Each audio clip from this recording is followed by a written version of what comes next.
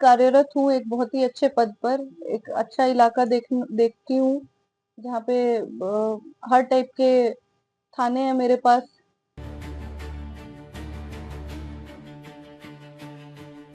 In fact मैं आपको यही बता दूं कि मेरा इंटरव्यू 18 फरवरी को पड़ा था। उस टाइम दिल्ली में एआई इम्पैक्ट समिट चल रहा था।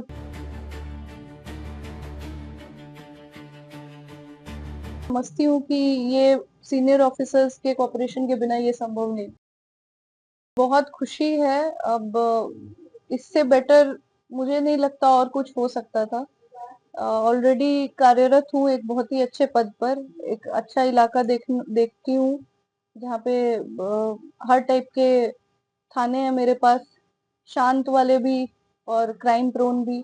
और साथ में इतना अच्छा रिजल्ट आना, तो बहुत ही पॉजिटिव फीलिंग आ रही है।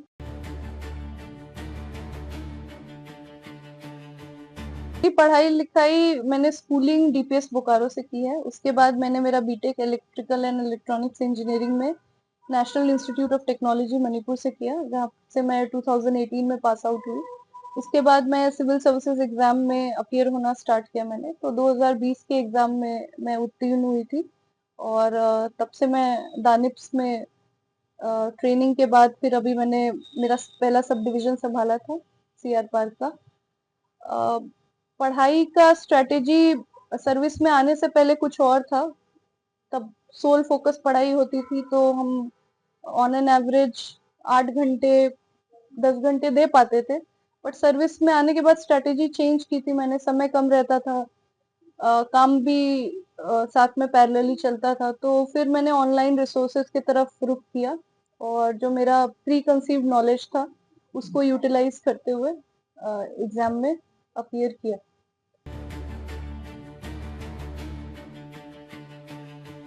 जी, पूरा सपोर्ट था। मुझे याद है कि मेरी शादी दिसंबर में थी और मेरे मेंस का एग्जाम अगस्त में पड़ा था। तो एकदम स्ट्रिक्ट रूल था। मेरे ससुराल वालों ने भी बोल दिया था और घर वालों ने भी कि तुम्हें शादी की कोई तैयारी में इन्वॉल्व नहीं होना है, क्योंकि उनको भी पता था डिस्ट्रैक्शन होगा बहुत। तो कोई शादी की बात करता ही नहीं था मेरे से। वो सब खुद अपने लेवल पे डील करते थे। और फिर शादी के बाद से भी उनको पता है कि मेरा एक चैलेंजिंग जॉब है। उसके साथ साथ हमेशा मोटिवेट किया कि नहीं, आप अपना इंटरव्यू पे भी ध्यान दो, करो, टाइम निकालो, पढ़ो। और उनका भी आशीर्वाद है सबका कि आज इतना बढ़िया रिजल्ट आया।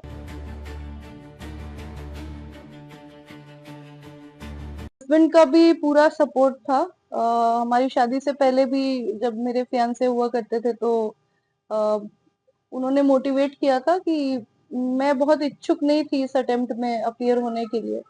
मैं एक तरीके से क्विट कर चुकी थी कि ठीक है, अब जो हो गया, अपना सर्विस पे ध्यान देते हैं।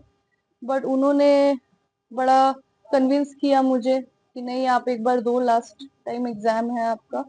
और फॉर्म फिलअप करवाया और फिर थ्रू आउट एग्जाम भी गाइडेंस देते रहे हैं मुझे, क्योंकि वो भी सिविल सर्वेंट है, तो उनका भी गाइडेंस काम आया है। पूरा सपोर्ट था। ट्रेनिंग डेज से ही जो मेरे सीनियर ऑफिसर्स थे वो खुद भी बोलते थे कि नहीं, आप एग्जाम दो, अच्छा करो। और टाइम टाइम पे जब भी मुझे छुट्टी की जरूरत पड़ी है, तो सीनियर्स ने हमेशा कोऑपरेट किया है। इनफैक्ट मैं आपको यही बता दूं कि मेरा इंटरव्यू 18 फरवरी को पड़ा था। उस टाइम दिल्ली में एआई इम्पैक्ट समिट चल रहा था। पूरी दिल्ली पुलिस की जो फोर्स है हमारी डिप्लॉयड थी, काफी हेवी अरेंजमेंट था। तो उस टाइम भी मेरे इंटरव्यू को कंसिडर करते हुए मुझे छुट्टियां मिली। और मैं समझती हूँ कि ये सीनियर ऑफिसर्स के कोऑपरेशन के बिना ये संभव नहीं था।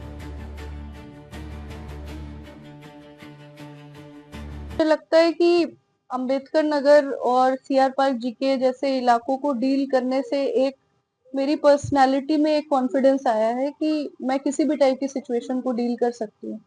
क्योंकि अंबेडकर नगर जैसा आप मेंशन कर रहे हैं, काफी हेवी थाना है, हर टाइप का पॉसिबल क्राइम है वहाँ पे, और हॉटस्पॉट है काफी सारे क्राइम्स का। तो उन सबको टैकल करने के लिए आपको हमेशा मल्टी डायमेंशनल सोचना पड़ता है। उस सोच की वजह से मुझे मेरे इंटरव्यू में काफी हेल्प मिली, जहाँ पे पैनल को फेस करते टाइम वो कॉन्फिडेंस मेरे साथ था। और मैंने मेरे हिसाब से उनके सारे क्वेश्चंस को काफी कॉन्फिडेंटली और एक मैच्योर मैनर में टैकल किया था।